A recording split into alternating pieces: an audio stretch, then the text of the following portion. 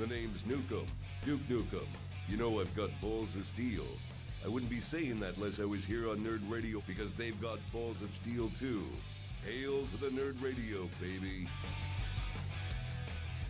That's right, it's Nerd Radio on your social media at Nerd Radio 101 as part of the BPod Studios Network. And as a podcast, you can get us every week around Friday mornings. Just go to Nerd Except Radio. for the last three. Except for the last three. Just go to nerdradio.com and it'll direct you right to where you can download it.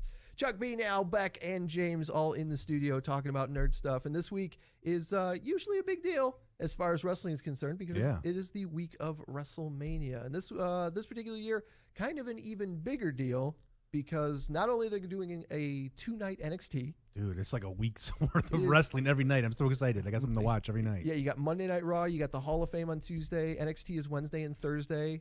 SmackDown's Friday, and then WrestleMania is Saturday and Sunday, and then you're right back to Raw on Monday, man. Yeah. It's 8 days of WWE content. I mentioned, I've mentioned a couple of times during this episode, the reason that we took 3 weeks off is because I was down with COVID and I was isolated, so I had the time to actually watch all the wrestling there is in a normal week. And let me tell you, I lifted the weight off my shoulders after that week and decided I'm not watching Raw anymore. No, it is not worth it. Even when you're sick and have no energy and no desire to do anything else, Raw is a train wreck. I always keep it on, but I'm usually asleep. It is awful. And let me tell you, after 2 weeks now watching Raw, I like wrestling a little bit more again. Oh, that's good. Yeah. Raw used to be the destination for wrestling. Yeah. And now it is the destination for the worst wrestling show of the week. Why is that? I'm curious because when I watched wrestling, it was pre-SmackDown. Yeah. Even, yeah, that's what I was going to get into with WrestleMania, which I've talked about on the One Fall show for this week as well, is that one of the big things for WrestleMania used to be the Raw after WrestleMania. Like, people would get called up for NXT, people would show up, there'd be surprises, people would come back, you'd never know. I would rather find out on social media I missed Becky Lynch coming back on that Raw than sit through 3 hours of Raw waiting for something to happen. Oh, I don't know. But okay. What are you going to fill your time with instead? On Monday nights? Yeah. Well, we record the One Fall show on Monday nights now because none of us want to watch Raw. Oh, okay. Well, I guess we got it all worked out because I was going to say, for me, there's nothing else on a Monday night anyway, so I just have it on. He's going to try out Space Invaders. Oh, there you go. That's there we go. I'm going to try out new video games on Monday nights. That'll be great. No, you know what? NXT has been really entertaining. I've really enjoyed watching NXT the last couple of weeks, and AEW has been fascinating. Last week they had a match they called, what was it, Arcade Anarchy, where they set up a bunch of arcade games and they had 2 tag teams fighting in them.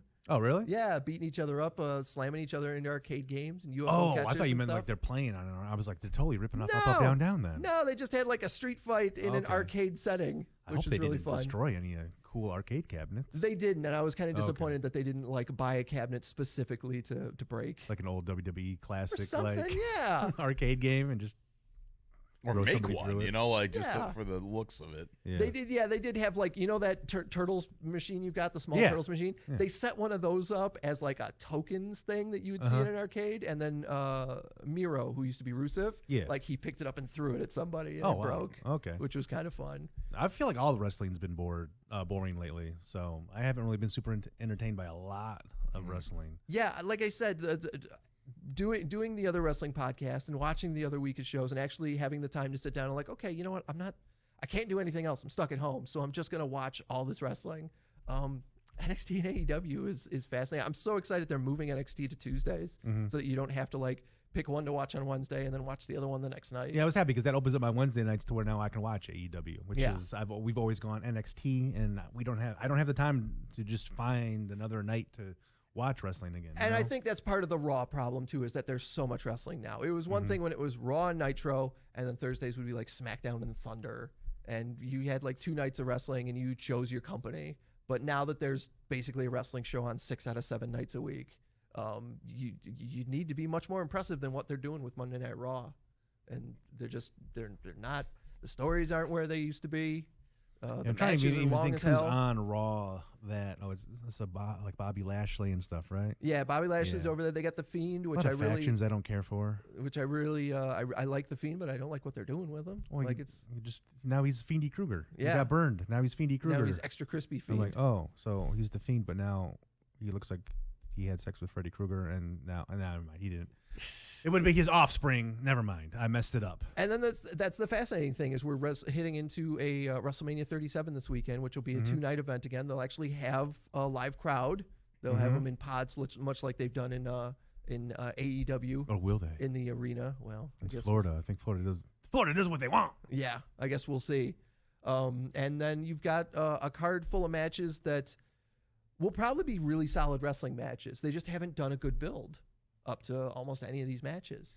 You're going to see Cesaro and Seth Rollins, who are both fantastic workers. Yeah, but I don't. Who's excited about that? Yeah, the build up to it is Big E and The build up to I'm so upset. The build up to Seth Rollins and Cesaro is Cesaro spun Seth Rollins too many times. yeah. He spun him too many times. He gave him the giant What? swing. He gave him where he grabs him by the ankles and and then spins swings him around. Yeah. And Seth Rollins mad because Cesaro swung me 23 times. He only swings people 17 times. He's mad because he's embarrassed. I'm like, are you kidding me right now? That's the We should biggest put thing him in you touch got? with that helicopter grandma. Yes, yeah. Helicopter Grandma's a tougher guy than Seth Rollins is. Right? But yeah, no, you're 100% accurate with the buildup of stuff. And I don't know. Like, I called the Daniel Bryan match as going to be a triple threat. Daniel Bryan in the triple As soon threat. as he started interest, I told my fiance, I'm like, WrestleMania, triple threat match. Yeah. And Daniel then Bryan, it's funny. Edge, and Roman Reigns. Yeah, and then like the week before they announce it, or like the day they announce it, she's like, I read online that it's going to become a triple threat match. And I'm like, oh, did you? Did anybody predict that before you read it online? She's like, I don't know. So who said it? I'm like, nobody listens to me in this house. Nobody in this house listens to a damn word I say. I'm only here to grocery shop and cook and let the dog out. I could have predicted how that story was going to end. I'm like, unbelievable. I can't get credit when I actually predict something. Right. But I'll tell you right now, if my fiance makes prediction, it comes true. I hear nothing never hear the but end of it? that. Well, the other big change as far as wrestling is concerned is that if you want to watch WrestleMania this year, it's not on the WWE Network. It is on the Peacock television Is there app. anything on the WWE Network now? The WWE Network app closed its gone. doors as of this past Sunday. Dunzo. I opened it up Sunday to watch something, and it directs you to Peacock now. And it's going to take a little bit for them to get to where, as much as we would complain about the WWE and sometimes about the WWE Network app, it was really, in retrospect, a pretty slick app. The fact that it had all that content, that I could look up a Raw from 1999, and then I could go to whatever match I wanted in Raw from 1999, was kind of a Wow, I fascinating... didn't realize you could do all that stuff. Yeah, like anything you watched, you could, scroll through the thing and be like, I want to see this match from the middle of the show and just go directly to the middle of that match. You cannot do that on the Peacock Network. You have to like manually fast forward like a YouTube video now and try and figure out where the thing you're looking for is. And some of the things you're looking for aren't going to be there because as of when they took some stuff out. Yeah, they've started taking some stuff out, some racially insensitive stuff. One of the first things they took out was the match from WrestleMania 7 between Roddy Piper and Bad News Brown. Oh, when he comes out in blackface? Yeah, he looked like Two-Face, and half of it was all like blackface shoe polish, which I went on the network and watched that match before it disappeared because it wasn't on the Peacock version, but eventually it wasn't on the network either in the last 3 weeks. Okay. I don't think Bad News Brown knew that blackface thing was going to happen. Oh, really? I think because he looked legitimately pissed off. That might have been for that entire Roddy's match. whole goal, too. Yeah. I'm fine if they want to take some of that stuff off. Like, that's fine. Like, it doesn't need to be seen. It doesn't need to be repeated. People don't need to rewatch it. I don't, like. This is the same conversation we've had about Disney Plus and about all the other things. Just give me a disclaimer at the beginning, man. Yeah. Just let me know, hey, you know what? This thing happened. It's racially insensitive. Well, it's not okay now. It wasn't okay then, but it's part of the history here. And I get that. But I feel, for some reason, I keep professional wrestling in a different spot than the Disney stuff. I feel like the Disney stuff, maybe, I don't know, maybe because I watched the cartoons as a kid, and I turned out okay. I've seen Sure. a lot of this racially insensitive stuff. Did you, James? Did you really turn out okay? Well, Al, I don't hate minorities, you know. Well, you're not a racist. yeah. Everything else about you's a mess. Yeah, trust me. You know, I have a collection of huge rubber silicone penises at my house. You know, yeah. So there is some stuff that went wrong, but in terms There's of some stuff that went wrong. in terms of other things, I'm totally fine. And I don't know. I guess. James. At least he's not a racist. At least he's not a racist. Yeah, you know. They took out the promo that DX did where they dressed as the Nation of Domination because there's blackface in that as well. Okay. Yeah. And I discovered this one. If you go to WrestleMania 16, that was the one where The Godfather was played to the ring by Ice-T doing his Pimpin' Ain't Easy song. That song is not there anymore. No. It starts with them in the ring and The Godfather doing his whole shtick about... Does he do the whole train still? He does the whole train, and he be pimping hoes, smoking fatties, and the whole 9 yards, his whole shtick. Lays up a fatty for this pimp daddy. Something along the lines of that. Right. Interesting. So is that what you taken away as the negativity or the negative part of it being moved to Peacock? Is that some of this content is gone? Some of this racially insensitive content that you're dying to watch has been removed so you can go back and reminisce about how bad we were in the past? Certainly not that. I'm definitely much more upset about the fact that like the ease of access that the WWE Network gave you, and the fact that there are a whole bunch of old Monday Night Raws. There, SmackDown goes back 2 years. And there's nothing else past that. And they've said that they're going to roll that stuff out eventually, and hopefully by like SummerSlam in August, all of that content will be there. Because for me, the only negative I see is that when you go, so like we went to watch the Hall of Fame stuff. We recorded these episodes on Wednesday. So last night, Tuesday night, I went to watch the Hall of Fame. My fiance puts it on the TV. And instead of there being some sort of a wrestling program that leads up to the program you're about to watch, like you're actually watching it on a TV network, it's just like a hold screen. Yeah. And you're like, oh, so we're just sitting here looking at a blank screen. Right. So it feels less like a network. More like, okay, you got to wait for the show to start. Like you're tuning in the public access, you know? Yeah, like pay-per-view. Like that. But I love the fact that I pay $4.99 now instead of paying $4.99 plus $9.99. Well, yeah, I'm only paying $5 a month. You definitely want to pay for it without ads. Because if you want to watch old content, even if you're watching it without ads, it fades to black about every 10 to 15 minutes and then comes back with like almost no rhyme or reason. It can be in the middle of a match, in the middle of a promo, whatever. They just spike them in. They just, and like even if it, like you were saying, I pay an extra $5 and I don't have ads, and that's save $5 that I don't pay. I might have to consider that then, because I've been paying for Peacock Network since the Saved by the Bell thing came out. You know, I watched the reboot on Saved by the Bell, and then we've been watching King of Queens.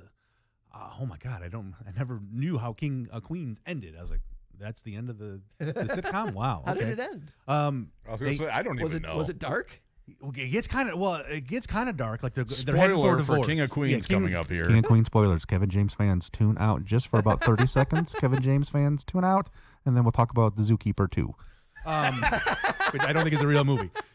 So him and his wife, they're all gung ho. Like Kevin James is ready to. He wants to have a baby and start do the family thing. Okay. And his wife wants to live in the city. She wants to live in the city, in a skyrise in the city. And they end up getting this place.